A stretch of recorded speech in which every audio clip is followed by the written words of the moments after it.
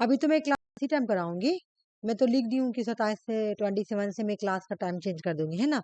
जब तुम लोग बोलोगी तब मतलब डिस्कस करते हैं, उसके बाद करेंगे। क्या बोल रही हो आरसी? कौन सा टाइम रहेगा? वही 3 बजे 4 बजे, है ना। तुम लोग हम पहले टाइमिंग देख लेंगे, उसके बाद ही डिसाइड करते हैं, ठीक है। तुम लोग से क्लास में डिस्कस करके ही हम टाइम चेंज करेंगे, सारे स्टूडेंट रहेंगे तब, है ना। आ जाओ, देखो। मेकिंग द, इस बार इससे क्वेश्चन आया था, मैं तुम लोगों को पहले भी ये करवाई थी। मेकिंग ऑफ द कॉन्स्टिट्यूशन, ठीक है। 1934 में M N Roy first time propose idea of the Indian of the constitution assembly. Constitution assembly का आइडिया सबसे पहले किसने प्रपोज किया? वो है एमिन रॉय। कब प्रपोज किए, ईयर क्या है? तो 1934, याद करो। तुम लोग का डिस्टरबेंस नहीं ना हो रही किसी तरह का, होगा तो मुझे बोलना, ठीक है। एमिन रॉय 1934 में कॉन्स्टिट्यूशन असेंबली के आइडिया को प्रपोज करते हैं, ठीक है। 1935 में Indian National Congress officially demand constitution assembly to frame the Indian constitution. 1935 में आईएनसी जो है वो ऑफिशियली डिमांड करते हैं कि हम लोगों की इंडियन कॉन्स्टिट्यूशन असेंबली चाहिए, और इस कॉन्स्टिट्यूशन असेंबली से हम लोग अपने इंडिया के कॉन्स्टिट्यूशन को फ्रेम करेंगे, ठीक है। 1938 में on behalf of the Indian National Congress declare the constitution of free India must be frame without outside interference.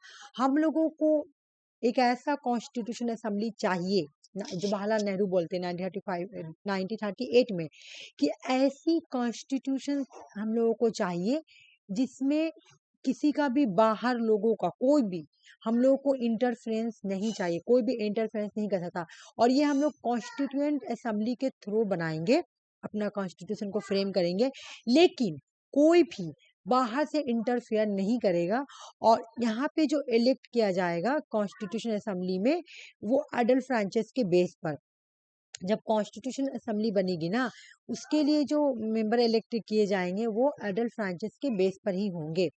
During the World War II, Britain involved India in war without consulting Indian leaders.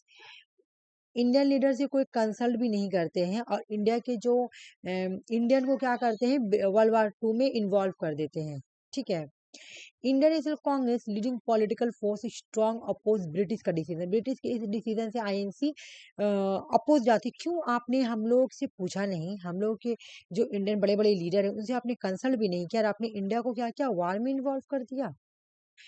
Indian National Congress demand complete independence चाहिए अब हम लोग को British rule से। तुमको यहाँ पे क्या याद करना है? तुमको याद करना है कि कॉन्स्टिट्यूशन से कॉन्स्टिट्यूएंट असेंबली का आइडिया सबसे पहले किसने प्रपोज किया? एम एन रॉय 1934, ठीक है। उसके बाद इंडियन नेशनल कांग्रेस ने ऑफिशियली कब पहली बार डिमांड किया गया कि हम लोगों को कॉन्स्टिट्यूएंट असेंबली बनानी है और उसके थ्रू हम लोग अपना कॉन्स्टिट्यूशन को फ्रेम करेंगे, वो है 1935। जवाहरलाल नेहरू कब बोले? 1938 में, बस। और इंडिया का डिमांड क्या था? किस तरह की इंडिपेंडेंसी चाहिए हम लोग को? कंप्लीट इंडिपेंडेंस चाहिए। अब वो नहीं कि हाँ आधा मिलेगा, आधा में ब्रिटिश रहेंगे, फिर आधा में नहीं, उस तरह का हम लोग को इंडिपेंडेंसी नहीं चाहिए, बल्कि कंप्लीट इंडिपेंडेंसी चाहिए। इधर आ जाओ, ठीक है। ये तो हो गया। अब 1940 का स्टोरी पढ़ते हैं। 8 अगस्त 1940 में क्या होता है? अगस्त ऑफर एग्जाम में क्वेश्चन आया, बहुत पहले आता था ये, लेकिन अभी भी आ रहा है हिस्ट्री से क्वेश्चन। अगस्त ऑफर 1940 में आया था, और was a propose by the British government led by Viceroy Lord Linlithgow, ठीक ना। लिनलिट गो जो है to secure Indian support during World War 2 here, मतलब यहाँ मैं बता रही हूँ क्या हुआ। 90 अगस्त ऑफर कब आया था? 1940 में, ठीक है। ब्रिटिश गवर्नमेंट कौन थे, किसने प्रपोज किया था? लॉर्ड लिंटन, ठीक है। इन्होंने क्या बोला कि अगस्त ऑफर के थ्रू इन्होंने इंडिया के बोला कि आप लोग वर्ल्ड वार 2 में आ जाएं, ठीक है। अगर आप लोग आ जाते हैं तो recognise the Indian right. For the first time British acknowledge India right to frame its constitution after the war. इन्होंने पहली बार इस बात को बोला कि पहला बार इन्होंने माना कि ठीक है इंडिया का खुद का अपना कॉन्स्टिट्यूशन बनाने का ऐलान होगा, ठीक है ना।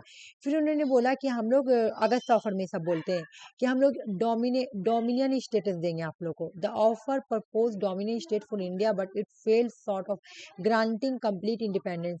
आप लोगों को डोमिनियन स्टेट दे दिया जाएगा इंडिया के लिए, ठीक है। Expansion of the viceroy council, viceroy council के अंदर जो है ना इंडियन लोगों का पार्टिसिपेशन ज्यादा हो। इस पहले क्या था, 2 मेंबर इंडियन है बाकी सब ब्रिटिश है, इस तरह से।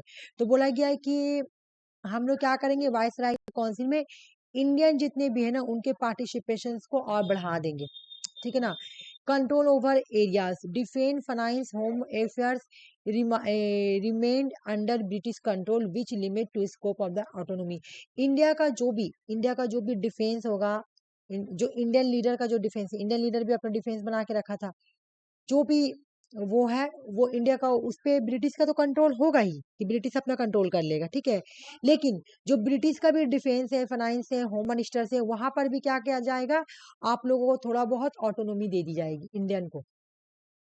इंडियन कांग्रेस जो है ना रिजेक्ट करता है, बोलता है नहीं हमको नहीं चाहिए, हमको नहीं चाहिए। पहली बार इंडिया के राइट को रिकॉग्नाइज किया गया था कि ठीक है, आप पहला अगस्त ऑफर में पहली बार बोला गया था कि ठीक है इंडिया अपना खुद का कॉन्स्टिट्यूशन बना सकती है, ठीक है। दूसरा बोला कि आप डोमिनियन स्टेट बना सकती है। तीसरा इन्होंने बोला कि वाइसराय काउंसिल में जो इंडियन मेंबर के जो मेंबरशिप है ना उसको और बढ़ा देंगे, और जैसे कि मान लो कि 4 मेंबर बनने का है, 4 का जगह हम 8 कर देंगे बढ़ा के, ठीक है। और थोड़ा इनको भी डिफेंस वगैरह में कंट्रोल देंगे। लेकिन इंडियन नेशनल कांग्रेस ने रिजेक्ट किया कि हमको नहीं चाहिए।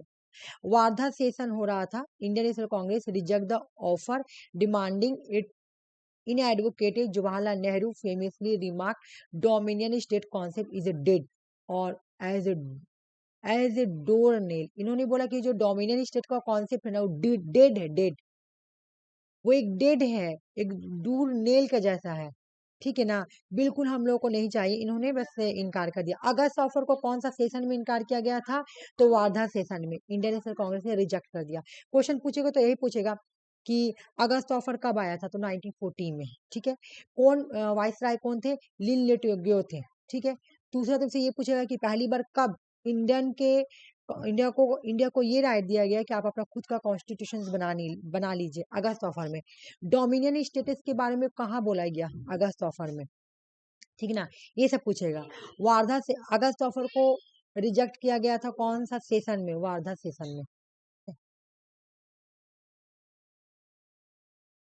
देखो 1940 का स्टोरी मैं तुमको पूरा यहाँ से सुना रही हूँ ना, 1930 ये एम एन रॉय का स्टोरी से रुक जाओ। एम एन रॉय 1934, हाँ 1934 से एम एन रॉय का स्टोरी से पूरी स्टोरी स्टार्ट हुआ है, ठीक है ना। आवाज हम लोग रिवीजन भी करते चलेंगे, ठीक है। फिर हुआ क्रिप मिशन 1942 में, ये क्वेश्चन, इससे क्वेश्चन बहुत बड़ा आया हुआ। स्टाफ क्रिप्स, जो स्टाफोर्ड क्रिप्स जो थे ये ब्रिटिश पॉलिटिशियंस थे, ठीक है ना। To secure Indian support for the British war after the world effort in world war two, मतलब वही कि इंडिया जो है ना वर्ल्ड वार टू को सपोर्ट करे, ठीक है। तो उनको यहाँ पर भी बोला गया, पहली बार डोमिनियन स्टेट के बारे में अगस्त ऑफर में बोला गया, लेकिन यहाँ भी बोला गया कि आपको डोमिनियन स्टेट का स्टेटस मिल जाएगा।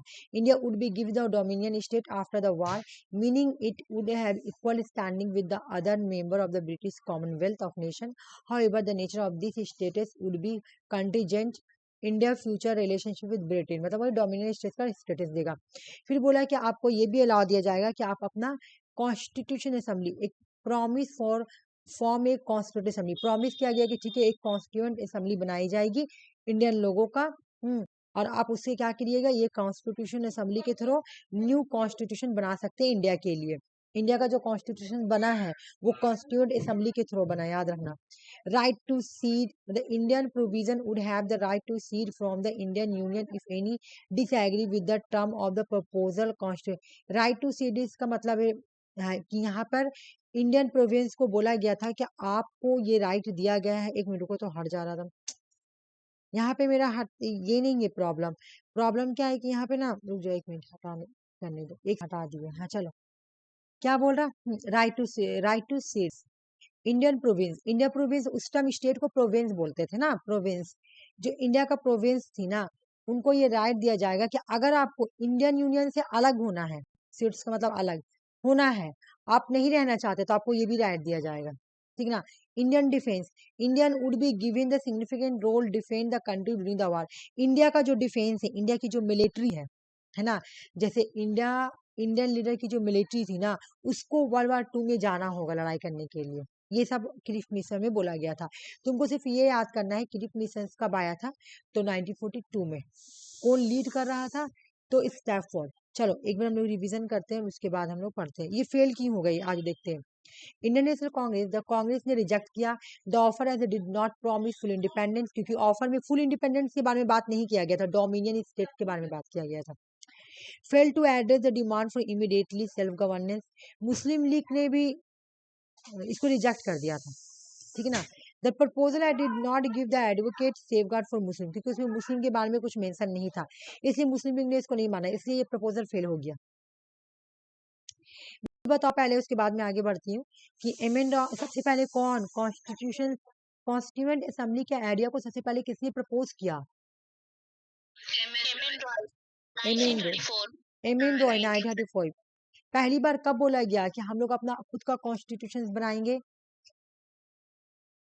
1935 अगस्त, हाँ अगस्त ऑफर जो है, अगस्त ऑफर का मुझे डेट बताओ। 1940 है ना। वायसराय कौन थे, हाँ लेट गो, ठीक है, लेट गो, ठीक है, हो गया।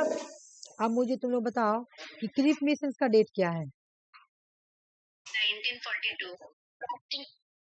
हाँ बिल्कुल तुम लोगों को याद हो गया, अच्छा बात। सुषमा तुम्हारा डेट आया, सुषमा? आगे 1 तारीख को है, अप्रैल। ओह अच्छा है, चलो पेशेंट करना होगा, है ना, ठीक है। और ना हमें ये कॉलेज सर्विस कमीशन का मना कर दी तो फिर उसके बाद हम अपने खुद से लिखे, तो लिखे तो फिर मेरा बहुत दिन लगा, लेकिन सीख गए ये बात। अभी भी क्या है, मतलब समझ में नहीं आता है क्या पढ़े, 5 दिन से सोच लिखी भी हो तो कोई प्रॉब्लम नहीं, ठीक है। चलो स्टार्ट करते हैं, बाकी हम बता देंगे, पूछना होगा, ठीक है, पूछ लेना। कैबिनेट मिशन प्लान 1946, ठीक है। द कैबिनेट मिशन प्लान 1946 जो है, ये इसको ब्रिटिश गवर्नमेंट ने प्रपोज किया था। इसका एम था resolving the political crisis in India in determining the future governance of the country post independence. इस जो कैबिनेट मिशन प्लान 1946 में आई थी, इसका पर्पस क्या था कि इंडिया की आज़ादी के बाद इंडिया का जो कॉन्स्टिट्यूशन बनेगा वो किस तरह का होगा, है ना, कंट्री को किस तरह से गवर्न किया जाएगा, ये था कैबिनेट मिशन प्लान का purpose.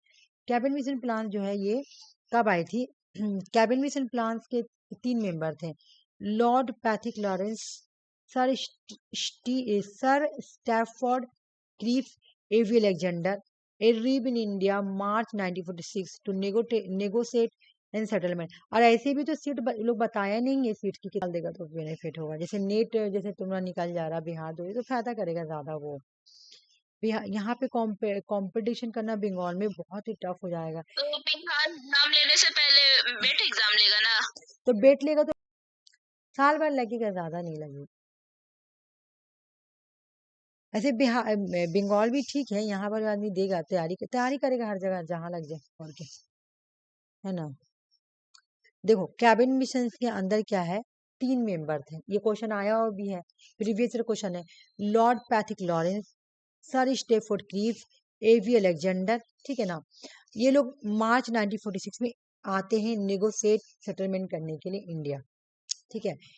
The constitution of India was form under the cabinet mission plan. India जो बोला कि जो कॉन्स्टिट्यूएंट असेंबली बना वो कैबिनेट मिशन प्लान के अंदर 1946। देखो कैबिनेट मिशन प्लान 1946 में बना, इसके अंदर बनता है कॉन्स्टिट्यूएंट असेंबली, ठीक है। अब कॉन्स्टिट्यूएंट असेंबली के अंदर बनेगा इंडिया का कॉन्स्टिट्यूशन। चलो आ जाओ, बोला है कि this plan was propose by the British government to facilitate transfer the power. ये कैबिनेट मिशन इसलिए आई थी कि इंडिया को हम लोग पावर ट्रांसफर कर देंगे और क्रिएट करेंगे, उनके लिए ड्राफ्ट किया जाए, उनके इंडियन के लिए कॉन्स्टिट्यूशन ड्राफ्ट किया जाएगा, मतलब इंडिया के लिए कॉन्स्टिट्यूशन को बनाया जाएगा। ठीक है, तो 2 सितंबर 1946 में बनाया गया इंटरिम गवर्नमेंट, है ना। The plan propose the creation of the interim, इस प्लान में बोला गया, सबसे पहले कैबिनेट मिशन प्लान आया 1946 में, मार्च 1946 में। इसके 3 मेंबर थे, Lord Pethick Lawrence, Sir Stafford Cripps, A V Alexander, ये 3 मेंबर थे कैबिनेट मिशन प्लान के। उसके अंदर बना कॉन्स्टिट्यूएंट असेंबली। कॉन्स्टिट्यूएंट असेंबली में बोला गया कि पहले एक इंटरिम गवर्नमेंट बनाते हैं, है ना। 2 सितंबर 1946 में इंटरिम गवर्नमेंट बनता है। इंटरिम गवर्नमेंट में क्या बोला जाता है कि Indian political parties would be involved. This government would be responsible for running the country until the new constitution was a frame, independent was achieved. India जो है अपना खुद का गवर्नमेंट, इंटरिम गवर्नमेंट मतलब तो टेम्पोररी गवर्नमेंट, कुछ दिन के लिए गवर्नमेंट बना, ठीक है, जिसमें पॉलिटिकल इंडिया के जो पॉलिटिकल पार्टीज होंगे वो इन्वॉल्व होंगे इंटरिम गवर्नमेंट में। और गवर्नमेंट को रिस्पॉन्सिबल किस तरह कंट्री में मतलब गवर्नमेंट को किस तरह चलाया जाएगा, कॉन्स्टिट्यूशन को किस तरह से चलाया जाएगा, है ना, उसके लिए न्यू कॉन्स्टिट्यूशन बनाया जाएगा, इसलिए इंटरिम गवर्नमेंट बनाई गई थी। इंटरिम गवर्नमेंट में कौन कौन था, एग्जाम में क्वेश्चन आता है, एक बार ऊपर ऊपर से पढ़ेंगे। इंटरिम गवर्नमेंट में थे viceroy governor general of India, है ना, लॉर्ड वेबल थे, लॉर्ड वेबल, ठीक है ना, वेबल। इंटरिम गवर्नमेंट में वाइस राय या गवर्नर जनरल ऑफ इंडिया कौन थे, या एग्जीक्यूटिव काउंसिल के प्रेसिडेंट कौन थे, तो लॉर्ड वेबल, ठीक है। कमांडर इन चीफ कौन थे, तो सर क्लॉड अचानलिक, अचानलिक थे, ठीक है। इसका कभी क्वेश्चन पूछा नहीं है, ये इंपॉर्टेंट है।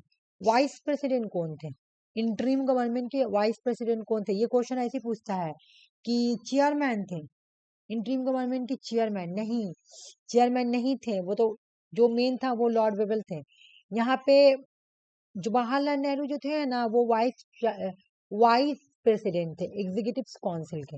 देख लो, एग्जीक्यूटिव काउंसिल के प्रेसिडेंट कौन है, तो लॉर्ड वेबल। क्वेश्चन एग्जाम में बोल देता है जवाहरलाल नेहरू, नहीं, जवाहरलाल नेहरू वाइस प्रेसिडेंट थे एग्जीक्यूटिव काउंसिल के, ठीक है, जब इंटरिम गवर्नमेंट बना था। और एक्सटर्नल अफेयर एंड कॉमनवेल्थ थे। Home affairs, information and broadcasting, agriculture अपने वल्लभ भाई पटेल क्या थे, कौन से इनको मिनिस्ट्री उस ऑफिस में मिली थी, कि होम मिनिस्टर, इंफॉर्मेशन ब्रॉडकास्टिंग वो। राजेंद्र प्रसाद जो थे वो एग्रीकल्चर एंड फूड मिनिस्टर थे। सी राजगोपालचार्य क्या थे, arts education health industry supply minister थे, ठीक है। Ministry of commerce and industry कौन थे, एच बाबा थे, ठीक है। डिफेंस बलदेव सिंह थे। फाइनेंस लियाकत अली खान थे। लेबर मिनिस्टर रुक जाओ, जगजीवन राम थे। Ministry of law and justice कौन थे, सैयद अली जहीर थे। Railway and communication and post and air कौन थे, आशफ अली थे। Work and mines and power कौन थे, शरद बोस थे। ये लोग थे इंटरिम गवर्नमेंट के मेंबर। हमको सिर्फ यहाँ पे एक चीज याद करना है कि इंटरिम गवर्नमेंट में वाइस प्रेसिडेंट कौन था एग्जीक्यूटिव काउंसिल के, तो जवाहरलाल नेहरू। तो प्रेसिडेंट कौन होगा भाई, तो लॉर्ड वेबल थे। यहाँ पे लिखा हुआ विस्कॉन वेबल, लेकिन इसको लॉर्ड वेबल बोले थे पूरा। State representation. The member of the Constituent Assembly was primarily indirect elected.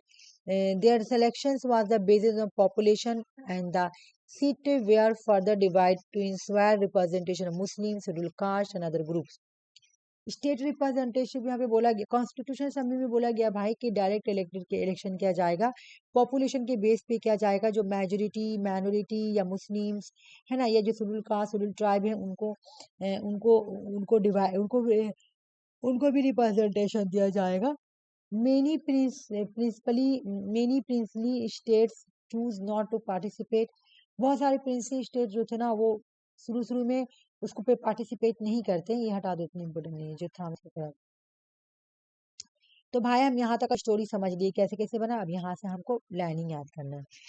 Cabin mission plan कब बना? कैबिन मिशन प्लान बना तुम्हारा कॉन्स्टिट्यूट है ना। कैबिन मिशन ने क्या बनाया? Constitute assembly. कॉन्स्टिट्यूट असेंबली ने क्या बनाया? बोला इंटरिम गवर्नमेंट बनेगा ना। तो ये कॉन्स्टिट्यूट देखो यहाँ मेरे सामने cabin mission plan I, cabin mission plan कब आई? मार्च 1946 में। ठीक है। कैबिन मिशन प्लान के बाद क्या बना? Constituent assembly. ठीक है ना। कॉन्स्टिट्यूएंट असेंबली में कितने मेंबर कैसे कैसे बटा हुए थे? चलो याद करो, ये भी एग्जाम में आया हुआ है। 389 मेंबर थे कॉन्स्टिट्यूएंट असेंबली में। कितने मेंबर थे कॉन्स्टिट्यूएंट असेंबली में? कितने मेंबर थे? कितने मतलब सीट थे, सॉरी कितने सीट थे कॉन्स्टिट्यूएंट असेंबली में? कितने सीट थे? तो 389 जो थे वो सीट थे। ठीक है ना। जिसमें से बोला गया कि 296 दिया जाएगा ब्रिटिश इंडिया को। ठीक है। 93 दी जाएगा प्रिंस स्टेट को। ठीक है। 93 दी जाएगी प्रिंस स्टेट को। तो हो तो गया ना 39 तुम्हारा 9 18 296 और 93 9 18 फिर 389 है ना। इस तरह से बांटा जाएगा। और माइनॉरिटी सीट जो कांग्रेस के थ्रू होगा 208। ये इतने इंपॉर्टेंट नहीं, लेकिन ये इंपॉर्टेंट याद करो। ठीक है। याद करो ये वाला कि जब कॉन्स्टिट्यूट असेंबली बना था तो उसके मेंबर कितने थे? कॉन्स्टिट्यूट असेंबली में उसके मेंबर 389 थे। 296 किसको दिया गया था? ब्रिटिश इंडिया को दिया गया था। और 93 प्रिंस स्टेट को दिया गया था। उसके बाद the first meeting of the constitute assembly. Constitute assembly की पहली मीटिंग कब हुई? 9 दिसंबर 1946। 9 दिसंबर 1946। ठीक है। The first president of the constitute assembly doctor Sachchidananda Sinha. ये टेम्परोरी थे, सिर्फ 2 दिन के लिए बने थे, याद रखना। और ये प्रीवियस क्वेश्चन है, इस बार की क्वेश्चन है, 2026 की क्वेश्चन है वाला कि डॉक्टर राजेंद्र प्रसाद कॉन्स्टिट्यूट असेंबली के प्रेसिडेंट कब बने? 11 दिसंबर 1946। और ये टेम्परोरी थे, ये टेम्परोरी फर्स्ट कॉन्स्टिट्यूट असेंबली के प्रेसिडेंट थे। लेकिन ठीक उसके 2 दिन बाद तुम्हारा राजेंद्र प्रसाद बैठते हैं। ठीक है ना। कॉन्स्टिट्यूट असेंबली के मेंबर। कॉन्स्टिट्यूशनल का एडवाइजर कौन है? तो बी एन रॉय। याद रखो कॉन्स्टिट्यूशन के एडवाइजर कौन है? तो बी एन रॉय। हम यहाँ पे क्या पढ़े कि 1946 में कॉन्स्टिट्यूट असेंबली को बनाया गया। 389 मेंबर, 296 ब्रिटिश इंडिया, 96 जो तुम्हारा है, 93 जो तुम्हारा है वो है तुम्हारा प्रिंस स्टेट। उसके बाद 9 दिसंबर 1946 में कॉन्स्टिट्यूट असेंबली को उसकी पहली मीटिंग होती। क्वेश्चन एग्जाम में पूछे कॉन्स्टिट्यूट असेंबली की पहली मीटिंग। तो 9 दिसंबर 1946। कौन थे उसके प्रेसिडेंट? कौन थे पहले? डॉक्टर सचिनंदा। लेकिन ये टेम्परोरी थे, 2 दिन के लिए बने थे। उसके बाद 11 दिसंबर 1946 में डॉक्टर राजेंद्र प्रसाद, और उस टाइम वाइस प्रेसिडेंट को थे एस सी मुखर्जी। लेकिन बी एन रॉय जो थे वो कॉन्स्टिट्यूशनल एडवाइजर थे। 13 दिसंबर 1946 में ऑब्जेक्टिव रेजोल्यूशन 13 दिसंबर 1946 में जवाहरलाल नेहरू जो है वो एक ऑब्जेक्टिव रेजोल्यूशन को देते हैं। ठीक है ना। वो lead the philosophical structure the Indian constitution. और ये जो ऑब्जेक्टिव रेजोल्यूशन है ना, ये कब पास हुई? 22 जुलाई 1947 में। ठीक है। उसके बाद तुम्हारा 3 जून 1947 में Lord Mountbatten plan the for 2 constitution assembly. 3 दिसंबर 1947 में ये जो तुम्हारा लॉर्ड माउंटबेटन जो है ये प्लान करते हैं 2 कॉन्स्टिट्यूशन असेंबली के लिए। ठीक है ना। और सीट जो है ना, अभी तो हम लोग देखे थे सीट कितना था? 389 था, है ना 1946 में, लेकिन रिड्यूस हो गए 299 होगी। First parliament of India. अब पार्लियामेंट इंडिया को बनाया गया कॉन्स्टिट्यूशन असेंबली के थ्रू। तो इंडिया का पहला स्पीकर कौन बना? जीवी मेवलनकर। इंडिया के फर्स्ट प्राइम मिनिस्टर कौन बना? जवाहरलाल नेहरू।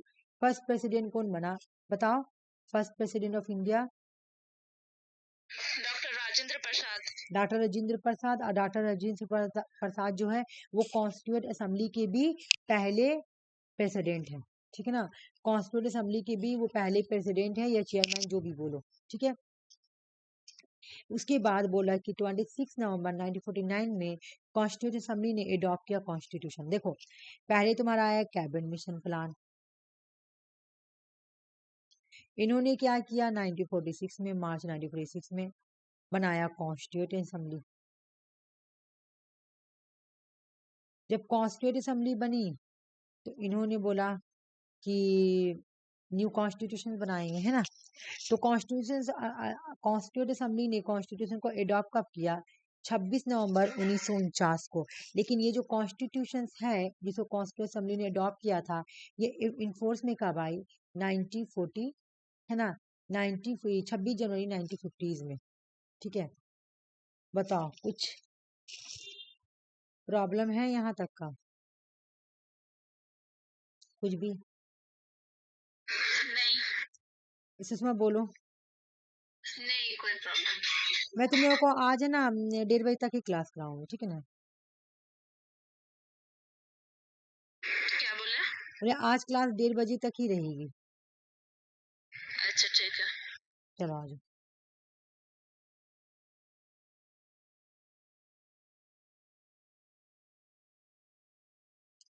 मैं क्वेश्चन पूछ रही हूँ तो मुझे बताना,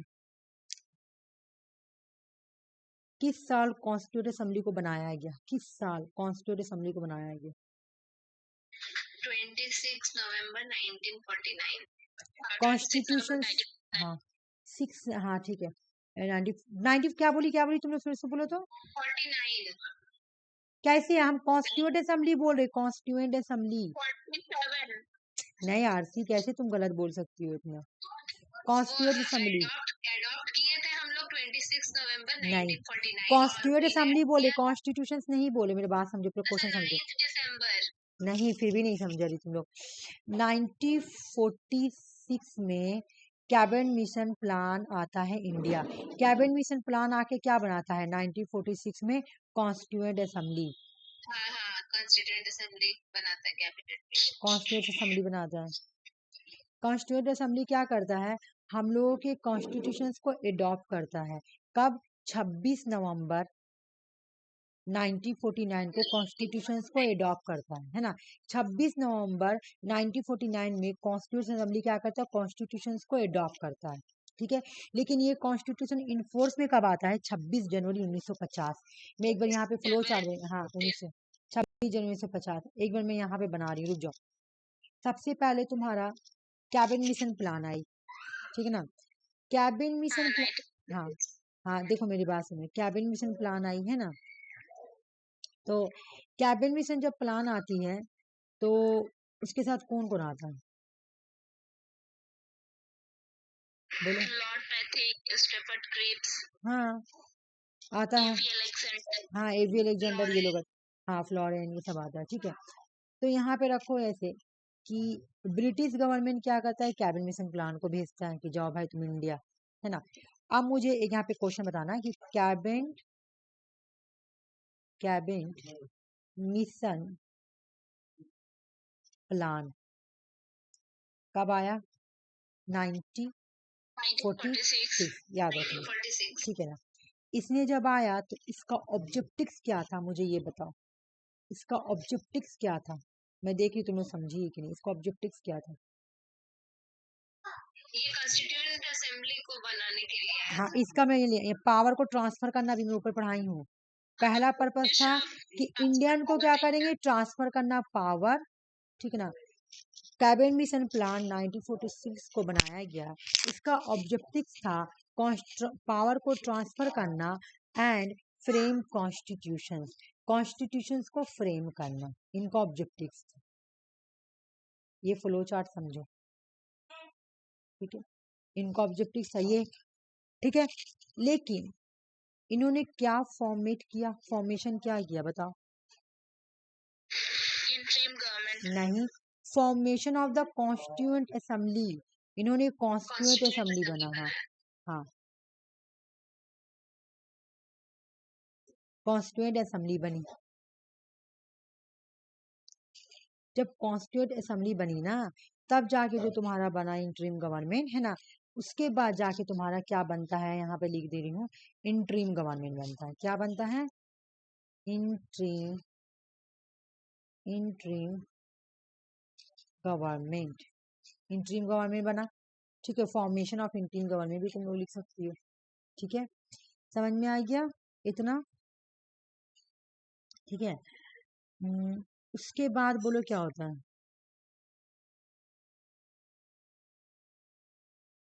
बोलो। कॉन्स्टिट्यूएंट असेंबली का इलेक्शन होता है। इंटरिम गवर्नमेंट में मेंबर कितने कैसे सीट किया जाता है, मेंबर कैसे सीट किया जाता है, मैं बता रही हूँ, रुक जाओ। देखो मेरी बात सुनो, ये तो तुमको समझ में आ गया, इतना दूर तक का स्टोरी समझ में आ गया है ना। हाँ 389। नहीं, अब मुझे ये बताओ कि जब इंटरिम गवर्नमेंट बनता है तो उसमें एग्जीक्यूटिव वाइस प्रेसिडेंट कौन होता है, वाइस प्रेसिडेंट एग्जीक्यूटिव काउंसिल का वाइस प्रेसिडेंट। डॉक्टर राजेंद्र प्रसाद। नहीं, कहाँ, नहीं वो तो प्रेसिडेंट। नहीं नहीं, मैं अभी इंटरिम गवर्नमेंट का बात कर रही हूँ, अभी मैं नीचे नहीं आई हूँ। इंटरिम गवर्नमेंट कहाँ गया है, देखो इंटरिम गवर्नमेंट का वाइस प्रेसिडेंट जवाहरलाल नेहरू होते हैं ना, ठीक है। इंटरिम गवर्नमेंट का वाइस प्रेसिडेंट कौन होते हैं, तुम्हारा जवाहरलाल नेहरू, ठीक है। समझ में आया, कहाँ गया। इंटरिम गवर्नमेंट का वाइस प्रेसिडेंट कौन होते हैं, जवाहरलाल नेहरू, JL नेहरू, ठीक है। ये होते हैं, समझ में आ गया, ये होंगे जो कि बाद में इंडिया की आज़ादी के बाद क्या बनेंगे, प्राइम मिनिस्टर बनेंगे, लेकिन अभी तो ये वाइस प्रेसिडेंट है, वो भी एग्जीक्यूटिव काउंसिल का हो गया। उसके बाद क्या हुआ कि जब इंटरिम गवर्नमेंट का मामला खत्म हो गया, देखो यहाँ तक हो गया इंटरिम गवर्नमेंट का कहानी, यहाँ से क्या क्या था। अब यहाँ पे आओ कि कॉन्स्टिट्यूंट असेंबली का सीट के बारे में पढ़ेंगे, कॉन्स्टिट्यूंट असेंबली के बारे में पढ़ेंगे, ठीक है ना। अब हम लोग क्या पढ़ेंगे, कॉन्स्टिट्यूंट असेंबली के बारे में। अभी हम लोग समझे क्या क्या हुआ। अभी हम क्या पढ़े कि कैबिनेट मिशन का प्लान क्या था, 1946 में पावर को ट्रांसफर करना और कॉन्स्टिट्यूशन फ्रेम बनाना। तो कॉन्स्टिट्यूंट असेंबली बनाएगी, कॉन्स्टिट्यूंट असेंबली में इंटरिम गवर्नमेंट बनाएगी। इंटरिम गवर्नमेंट में वाइस प्रेसिडेंट कौन था, एग्जीक्यूटिव काउंसिल का जवाहरलाल नेहरू। लेकिन अब हम लोग कॉन्स्टिट्यूंट असेंबली को अच्छे से पढ़ेंगे कि कॉन्स्टिट्यूंट असेंबली का सीट कितना था, है ना, उसमें मेंबर कितने थे कॉन्स्टिट्यूएंट असेंबली में, समझ में आ रहा। अभी हम लोग पढ़े ना ऊपर कि 389 मेंबर था, जिसमें से तुम्हारा 296 जो था वो ब्रिटिश इंडिया का था, 93 जो था वो प्रिंसी स्टेट का था। इस तरह से हम लोग पढ़े ना, तो ये सब अब पढ़ना हम लोग, ठीक है। आ जाओ,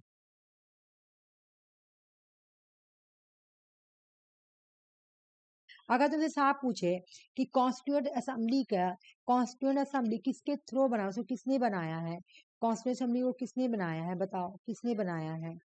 तो कैबिनेट मिशन प्लान ने बनाया है, कैबिनेट मिशन प्लान ने, हाँ कैबिनेट मिशन प्लान ने क्या बनाया है, तो तुम्हारा कॉन्स्टिट्यूएंट असेंबली बनाया, ठीक है। कॉन्स्टिट्यूएंट असेंबली बनाया, तो कॉन्स्टिट्यूएंट असेंबली में मेंबर कितने कैसे बांटा गया था वहां पर ही, 300 सीट, कैसे 389 सीट टोटल था। टोटल में से ब्रिटिश इंडिया को दिया गया था 296 और प्रिंसी स्टेट को दिया गया था 93, हो गया।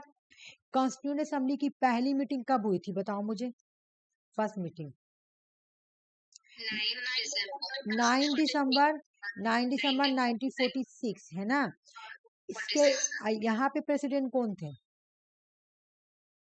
डॉक्टर सचिदानंद सिन्हा थे। देखो यहाँ पे मैं दिखा रही, है ना, डॉक्टर, यहाँ देखो, डॉक्टर सचिदानंद सिन्हा जो थे वो प्रेसिडेंट थे, है ना, पहले प्रेसिडेंट बने जब 9 दिसंबर को पहला मीटिंग होता है कॉन्स्टिट्यूएंट असेंबली का, ठीक है। उसके बाद परमानेंट प्रेसिडेंट कौन बनता है, परमानेंट प्रेसिडेंट तो डॉक्टर राजेंद्र प्रसाद, हाँ वो ठीक जस्ट 2 दिन बाद, ठीक 2 दिन बाद, मतलब 11 दिसंबर 1946 में वो बन जाते हैं तुम्हारा कॉन्स्टिट्यूएंट मेंबर बन जाते हैं, है ना, समझ में आ गया, मेंबर बन गए।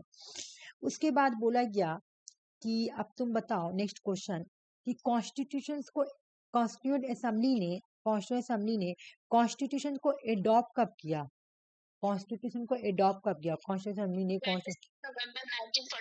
26 नवंबर 1949, और ये इनफोर्स में कब आया, 26 जनवरी 1950 में। बस यहाँ तक का पूरा तुमको याद हो गया है मेरे ख्याल से, ठीक है। ये पार्ट ना भी याद करो बीच वाला तो कोई प्रॉब्लम नहीं है, लेकिन ये सब इम्पोर्टेंट, ठीक है। चलो आ जाओ, अब कॉन्स्टिट्यूएंट असेंबली में कुछ कमेटी भी बने थे, मेजर कमेटी, जो में क्वेश्चन आता है इसमें। हम लोग पढ़ लिए कॉन्स्टिट्यूएंट असेंबली के मेंबर, तो पढ़ लिए कि मेंबर कैसे कैसे था, वो इंटरिम गवर्नमेंट का मेंबर, कि इंटरिम गवर्नमेंट में किसी किसी को क्या क्या पोजीशन दिया गया था, है ना, टेम्पोररी गवर्नमेंट में। फिर कॉन्स्टिट्यूएंट असेंबली में हम लोग क्या पढ़े कि कितना सीट था। फिर हम लोग क्या पढ़े कॉन्स्टिट्यूएंट असेंबली में कि कॉन्स्टिट्यूएंट असेंबली ने क्या बनाया, कॉन्स्टिट्यूशन को अडॉप्ट किया। वो 26 नवंबर 1949 में और 26 जून से 50 में इनफोर्स आ गया। लेकिन कॉन्स्टिट्यूएंट असेंबली में कुछ मेजर क्या था, कुछ मेजर कमिटी थे, है ना, कुछ मेजर मेजर कमिटी थे। इसे आ जाओ, इम्पोर्टेंट कमिटीज थे किसमें, कॉन्स्टिट्यूएंट असेंबली में। पहला जितना भी यूनियन स्टेट करके कमेटी का नाम होगा उसके उसके चेयरमैन कौन होंगे, जवाहरलाल नेहरू। याद करो, union power committee, union constitution committee या स्टेट कमेटी, इसके चेयरमैन जवाहरलाल नेहरू है। ठीक है ना। ये क्वेश्चन स्टीयरिंग कमेटी, इससे क्वेश्चन आया हुआ है। Rules of procedure committee, rules of procedure committee या स्टीयरिंग कमेटी, इसके मेंबर कौन है, इसके मेंबर कौन है, तो डॉक्टर राजेंद्र प्रसाद। और डॉक्टर राजेंद्र प्रसाद जो है वो कब मेंबर बनते हैं कॉन्स्टिट्यूएंट असेंबली के, तो 11 दिसंबर 1946। इस बार का क्वेश्चन है, 2026 का क्वेश्चन है ये वाला। ठीक है ना। सरदार पटेल किसके किसके चेयरमैन थे, provincial constitution committee, advisory committee and fundamental rights, minority and tribal and exclude area, इन सब के कमेटी के मेंबर कौन थे, वल्लभ भाई पटेल। डॉक्टर भीमराय जो थे वो ड्राफ्टिंग कमेटी के चेयरमैन थे।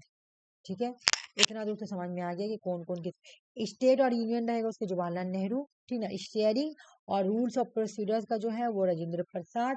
फिर प्रोविंशियल हो या एडवाइजरी कमेटी हो या माइनॉरिटी ट्राइबल कमेटी हो, उसके मेंबर होंगे सरदार पटेल। और ड्राफ्टिंग कमेटी के पहले जो चेयरमैन थे वो डॉक्टर भीमराव अम्बेडकर थे।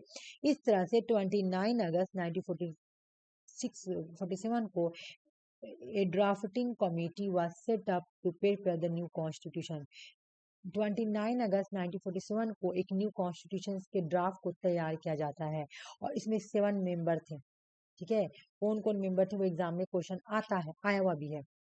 जब 29 दिसंबर 1947 में इंडिया के कॉन्स्टिट्यूशन के ड्राफ्ट को प्रिपेयर किया जाता है और जब ये ड्राफ्ट बनाया जाता है तो इसमें 7 मेंबर होते हैं, लेकिन इसके जो चेयरमैन होते हैं जब ड्राफ्ट बनता है तो वो डॉक्टर भीमराव अंबेडकर हैं। ठीक है, और 6 अदर मेंबर होंगे। भीमराव अंबेडकर जो है वो चेयरमैन है। एन गोपाला स्वामी अयंगर, ये जो तुम्हारे हैं, ये जब कॉन्स्टिट्यूशन का ड्राफ्ट बनता है उसके बोला ना कि एक कमेटी ड्राफ्ट की गई थी किसके लिए, न्यू कॉन्स्टिट्यूशन बनाने के लिए। तो इसमें 7 मेंबर था। कैसे, एक चेयरमैन और प्लस 6 मेंबर। चेयरमैन कौन था भाई, डॉक्टर भीमराव अंबेडकर। एन गोपाला स्वामी अयंगर,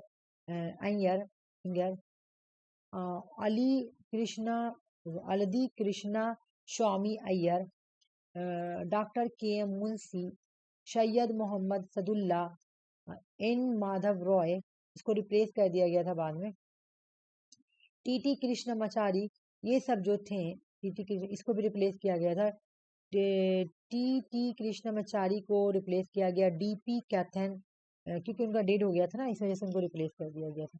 तो ये सब मेंबर थे और ये प्रीवियस क्वेश्चन है, 22-21 का निकाल के देखोगे तो क्वेश्चन में मिलेगा तुमको। ठीक है, कि कौन कौन मेंबर है। अभी मैं क्वेश्चन लाऊंगी, रुक जाओ थोड़ा सा।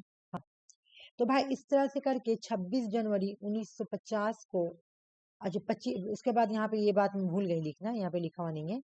उसके बाद क्या होता है, इंडिया को 15 अगस्त, ये तो सबको याद है, लिखा भी ना तो कोई बात नहीं, 15 अगस्त 1947 को इंडिया को इंडिपेंडेंस मिल जाती है। 26 जनवरी 1950 को क्या होता है, इंडिया का रिपब्लिक डे मनाया जाता है ना। 26 जनवरी 1950 को इंडियन नेशनल कांग्रेस क्या करता है, 26 जनवरी 1950 को इंडिया क्या करता है, अपना रिपब्लिक डे मनाता है। क्यों बनाता है, क्योंकि 26 जनवरी 1930 को इंडियन नेशनल कांग्रेस ने पुराना स्वराज में ये बात बोला था कंप्लीट इंडिपेंडेंट के लिए। अगर तुमसे पूछे तो कब बोला गया था पहली बार कंप्लीट इंडिपेंडेंट के बारे में, तो पुराना स्वराज्य में। कांग्रेस के कौन से सेशन में बोला गया था, तो पुराना स्वराज्य सेशन। ठीक है ना। तो ये सेशन कहाँ हुआ था, तो लाहौर से। फिर लाहौर सेशन 1929 में भी, 1929 लाहौर सेशन में कंप्लीट इंडिपेंडेंट के बारे में बोला गया था कि हम लोग यहाँ पे स्टोरी समझो। 1929 में बोला गया लाहौर सेशन में कि हम लोगों को कंप्लीट इंडिपेंडेंट यानी पूर्ण स्वराज चाहिए, पूर्ण स्वराज ना। इंडियन नेशनल कांग्रेस वो डिक्लेयर कर देता है। जब वो लोग डिक्लेयर करता है ना, तो देखो टाइम क्या था तुम्हारा डिक्लेयर करने का, 1929 के ठीक 26 जनवरी 1950 को लोग क्या करता है, बोलता है कि मेरे लोग का रिपब्लिक डे। और ठीक चूंकि आज़ादी के लिए अनाउंसमेंट किया गया 1929, और फिर बोला गया कि हम लोग अपना रिपब्लिक डे मनाएंगे तो 26 जनवरी 1950 को ही मनाएंगे। 26 जनवरी 1930 से ही ये लोग मानने लगे रिपब्लिक डे। इसलिए जब इंडिया को इंडिपेंडेंसी मिली तो ये 26 जनवरी 1950 को ही इंडिया का रिपब्लिक डे मनाया जाने लगा। ठीक ना। इंडिया का कॉन्स्टिट्यूशन कितने दिन में और कैसे बने हैं?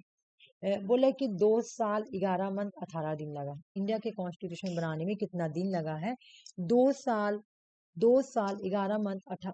देखो फिर से देखो, 2 साल 11 मंथ 18 दिन लगे हैं इंडिया के कॉन्स्टिट्यूशन। 2 मंथ, 2 साल 11 महीना और 18 दिन लगे इंडिया के कॉन्स्टिट्यूशन बनाने में।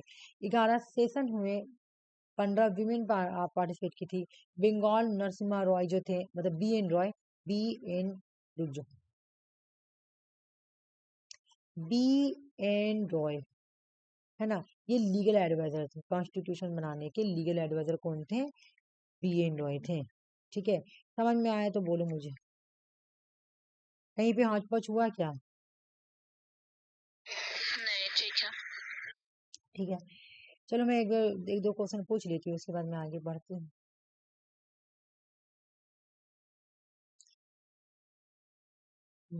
देखती हूँ कॉन्स्टिट्यूशन मेरे पास एक क्वेश्चन का ये था। हाँ, मुझे बताओ कि ड्राफ्टिंग कमेटी के चेयरमैन कौन है? Doctor B R Ambedkar. अगर तुमसे पूछे, यहाँ पे मेरी बात सुनो, डॉक्टर लिख तो दिए, ठीक है ना। ये सब जो मैं पूछ रही हूँ ना, प्रीवियस क्वेश्चन दूसरे एग्जाम का है, ठीक है ना। Chief architectures architectures architect of our constitution कौन है? Doctor B R Ambedkar. Doctor BR कर ही होंगे, याद रखना।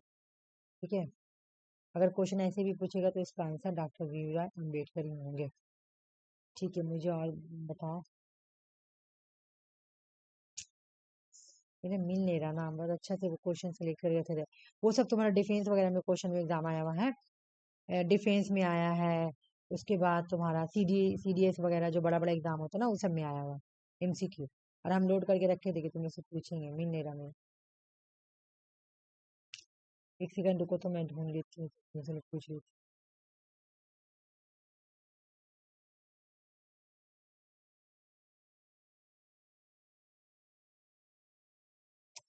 100 क्वेश्चन का PDF था।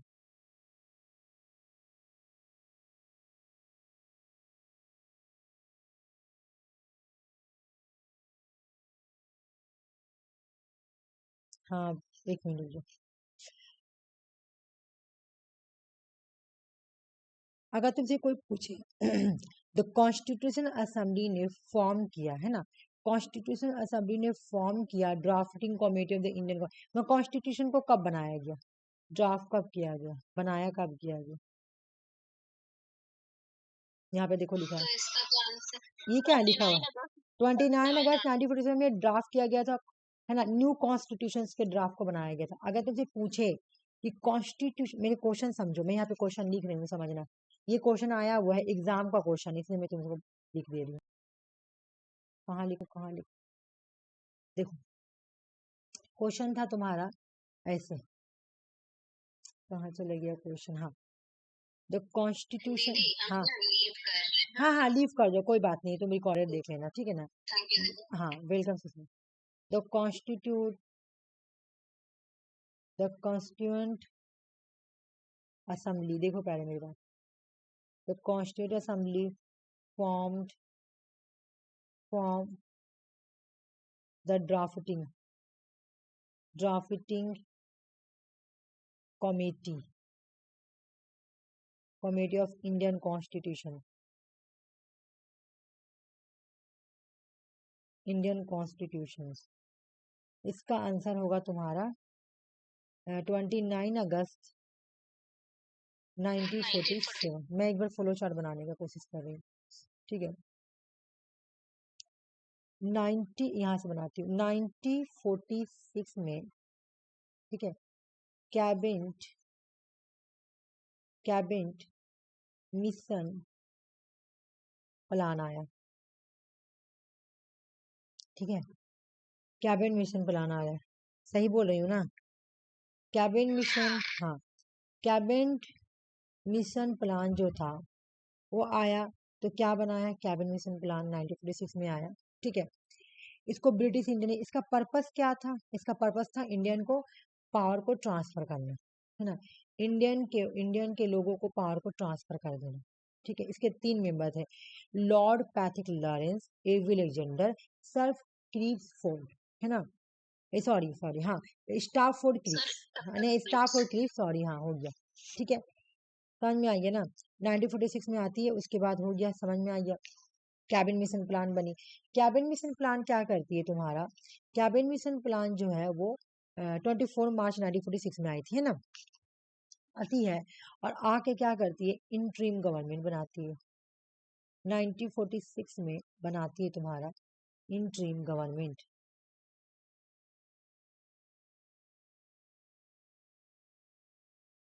ठीक है, समझ में हो गया? आके क्या करती है? इंटरिम गवर्नमेंट को बनाती है। इसमें और चीज भी बनाती है, ऐसा बात नहीं कि खाली यही इंटरिम, अभी हम बना ना कॉन्स्टिट्यूटिव असेंबली भी इसी के अंदर बनता है। इंटरिम गवर्नमेंट में, इंटरिम गवर्नमेंट में जो क्वेश्चन पूछेगा वही बोलेंगे। इंटरिम गवर्नमेंट में एग्जीक्यूटिव काउंसिल के, एग्जीक्यूटिव काउंसिल के वाइस प्रेसिडेंट कौन रहते हैं, बताओ? जवाहरलाल नेहरू। बिल्कुल,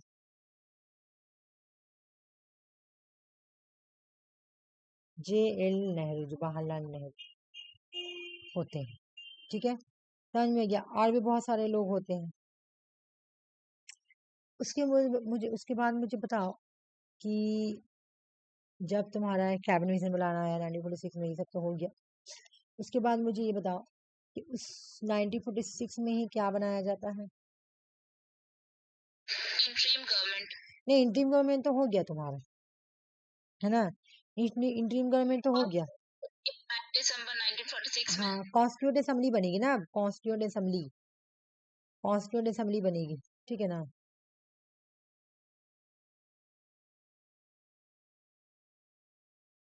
असेंबली 1946 में बनी, वही पहले कॉन्स्टिट्यूट असेंबली बनती है, उसके बाद इंटरिम गवर्नमेंट बनती है, थोड़ा ऊपर नीचे हो गया, ठीक है ना। दोनों ही 1946 में बनी ना, इस वजह से। कॉन्स्टिट्यूट असेंबली की पहला सेशन कब हुई? फर्स्ट मीटिंग ऑफ, 9 दिसंबर 1946। हाँ,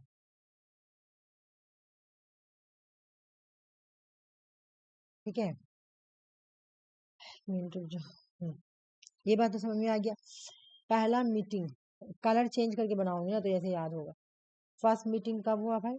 9 दिसंबर 1946, सही बोल रही हूँ कि नहीं मैं, है ना? हाँ। अब एक बात क्या होता है कि इंसान थोड़ा कंफ्यूज हो जाता है ना, क्योंकि बड़ा दिमाग खराब हो रहा है, देखो कितना पेचीदा है, ठीक है, बन रहा फिर हट रहा, बन रहा हट रहा, इस तरह से। तो कॉन्स्टिट्यूंट असेंबली का डेट भी यही बोलेंगे, 6 दिसंबर, 6 दिसंबर, इसका डेट है 6 दिसंबर, 6 दिसंबर 1946 में कॉन्स्टिट्यूंट असेंबली बनी, ठीक है ना। 6 दिसंबर 1946 में कॉन्स्टिट्यूंट असेंबली को बनाई गई। कब बनाई गई कॉन्स्टिट्यूंट असेंबली को? 6 दिसंबर 1946। ठीक उसके 3 दिन बाद उसका पहला मीटिंग होता है ना। कॉन्स्टिट्यूंट असेंबली की पहली मीटिंग 9 दिसंबर 1946। देख लो इसका चार्ट, देखना तुम अच्छे से चार्ट देखना, चार्ट समझना, बहुत कंफ्यूजिंग हो जाता है इंसान के लिए ये पढ़ना, बहुत कंफ्यूजिंग हो जाता है, हाँ, बहुत कंफ्यूजिंग होता है। अब जब कॉन्स्टिट्यूंट असेंबली बनी 1946 में, तो इसके मेंबर कैसे बांटे गए? सीट, अच्छा, पहले ये नहीं लिखती हूँ, पहले इसका बाद वाला मेंबर लिख लेती हूँ, सॉरी, सीट पहले नहीं लिखती हूँ, क्योंकि फिर प्रॉब्लम हो जाएगा, है ना, फिर प्रॉब्लम हो जाएगा हम लोग को। फिर पहला तो हो गया, कॉन्स्टिट्यूंट असेंबली की पहली मीटिंग कब हुई? 9 दिसंबर। फिर उसके बाद तुमको ये लिखना होगा कि ये जो फिर मीटिंग थी ना, हाँ देखो, ये जो पहली जो मीटिंग थी ना, ये जो पहली मीटिंग थी, ये तो मैं टेम्पररी थी। 6 दिसंबर 1946 में जो कॉन्स्टिट्यूशन असेंबली पहली मीटिंग थी, यहाँ पे जो प्रेसिडेंट बनेंगे डॉक्टर सचिदानंद सिन्हा, ऊपर हम लिखे थे, तो ये तुम्हारा टेम्पररी प्रेसिडेंट बनते हैं ना। लेकिन उसके बाद 11 दिसंबर 1946 में डॉक्टर राजेंद्र प्रसाद जो है वो बनते हैं इसके प्रेसिडेंट, परमानेंट प्रेसिडेंट, है ना। परमानेंट प्रेसिडेंट बनते हैं कौन? डॉक्टर राजेंद्र प्रसाद, डॉक्टर राजेंद्र प्रसाद। ठीक है, समझ में आइए। कैबिनेट में 1946 इंटरिम गवर्नमेंट बनाई। उसके बाद कॉन्स्टिट्यूशन की पहली मीटिंग 6 दिसंबर 1946 को। कॉन्स्टिट्यूशन असेंबली की पहली मीटिंग 6 दिसंबर 1946। बनी कब, सॉरी बनी कब, कॉन्स्टिट्यूट असेंबली बनी कब, 6 दिसंबर 1946। पहली मीटिंग 9 दिसंबर 1946। ठीक है, उसके बाद 11 दिसंबर 1946 को परमानेंट प्रेसिडेंट डॉक्टर राजेंद्र प्रसाद बनते हैं। ठीक है, समझ में आ गया?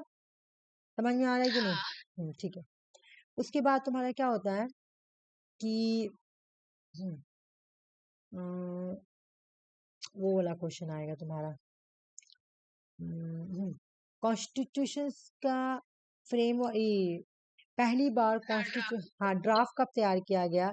तो बोलो, ड्राफ्ट कब तैयार किया गया था पहली बार? 7 अगस्त 1947। 29 अगस्त 1947 को कॉन्स्टिट्यूशन के ड्राफ्ट को पहली बार बनाया गया था, 1947। ठीक है ना। उसके बाद यहाँ पे मुझे बताओ कि ये तो हो गया तुम्हारा, अभी बीच में ऑब्जेक्टिव रेजोल्यूशन वगैरह सब है, बहुत सारा चीजें है ना, उस सबको मैं बात करके आगे बढ़ रही हूँ। ठीक है ना। उसके बाद तुम्हारा 26 जनवरी 1949 में कॉन्स्टिट्यूएंट असेंबली ने 26 नवंबर, सॉरी हाँ 26 नवंबर 1949 को कॉन्स्टिट्यूएंट असेंबली ने कॉन्स्टिट्यूशन को अडॉप्ट करते हैं, ठीक है। फिर 26 जनवरी, यह तो आ गया 26 नवंबर 1949 को कॉन्स्टिट्यूंट असेंबली को अडॉप्ट करते हैं या पास करते हैं। उसके बाद 26 जनवरी 1950 को कॉन्स्टिट्यूंट असेंबली का मतलब उस टाइम से हम लोग रिपब्लिक डे मनाते हैं ना। 26 जनवरी 1950 से हम लोग क्या करते हैं? रिपब्लिक डे मनाते हैं। ठीक है। पूर्ण स्वराज कब हुआ था? पूर्ण स्वराज, पूर्ण पहली बार कहाँ पे बोला गया था कि हम लोग को कंप्लीट इंडिपेंडेंट चाहिए? पूर्ण स्वराज में ये लाहौर सेशन हुआ था, है ना, पूर्ण स्वराज में। हाँ, लाहौर सेशन 1929 में अनाउंसमेंट किया गया था हम लोग को पूर्ण स्वराज चाहिए, मतलब कंप्लीट इंडिपेंडेंट। इसीलिए हम लोग, वो कब हुआ था तुम्हारा? लाहौर में, है ना, लाहौर में हुआ था। तो यही जो हम लोग बोले थे ना पूर्ण स्वराज है, उसी के बेस में हम लोग 26 जनवरी 1950 मनाते हैं। ठीक है, समझ में आ गया? हाँ, अब मुझे बताओ कि यूनियन और स्टेट, इसके चेयरमैन कौन है? जवाहरलाल नेहरू। और स्टीयरिंग कमेटी के चेयरमैन कौन है? डॉक्टर राजेंद्र प्रसाद। हाँ, स्टाफ फाइनेंस कमेटी के चेयरमैन कौन है? स्टीयरिंग वही सब, वो राजेंद्र प्रसाद है ना, राजेंद्र प्रसाद। हाँ ठीक है, बाकी तो सब ठीक है। ड्राफ्टिंग कमेटी के चेयरमैन भी पता होगा, प्रोविंशियल कॉन्स्टिट्यूशनल कमेटी के चेयरमैन, है ना। ठीक है, हाँ तो बस ये तो समझ में आ गया, तो यहाँ तक तो हो गया कंप्लीट।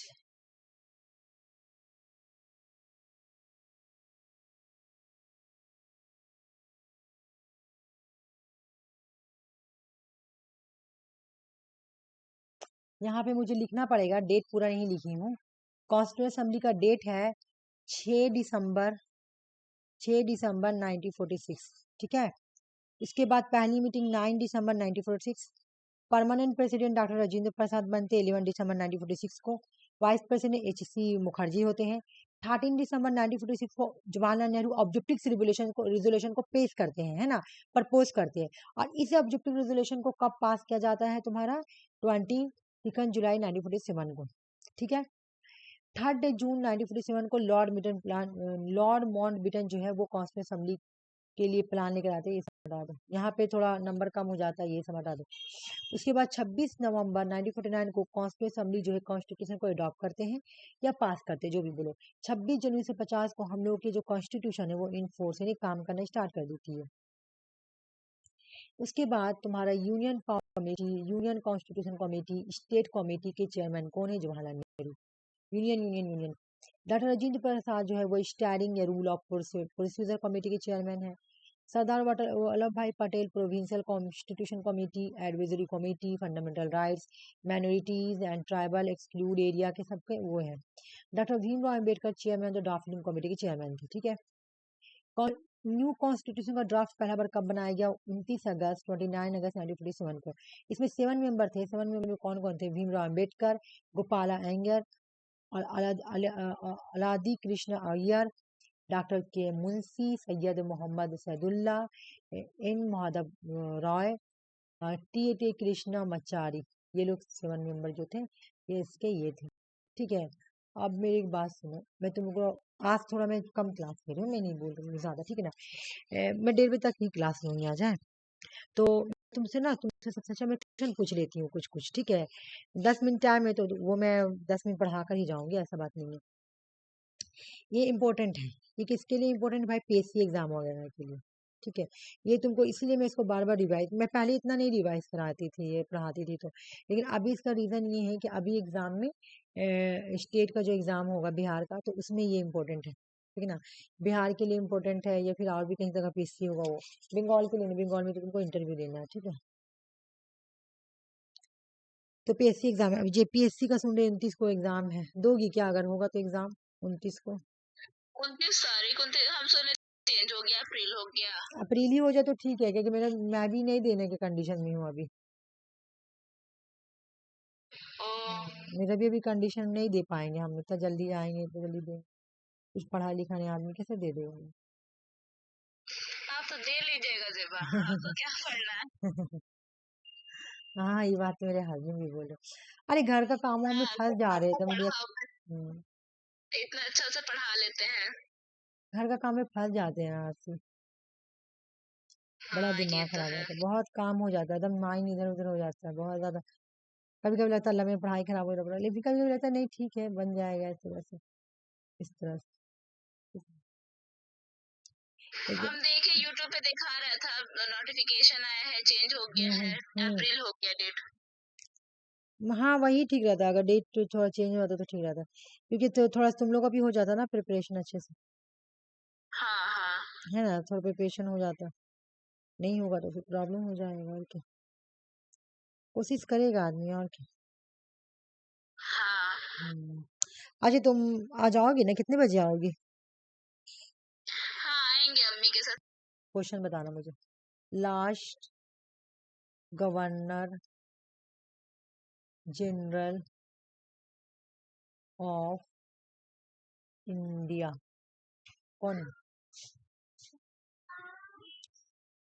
1947 में लॉर्ड माउंटबेटन आया था ना, तो लॉर्ड, हाँ लॉर्ड माउंटबेटन, यही लास्ट गवर्नर जनरल, याद रखना, ब्रिटेन, ठीक है। अच्छा, 3 जून 1947 में तो लॉर्ड हाँ हाँ, माउंटबेटन आया था।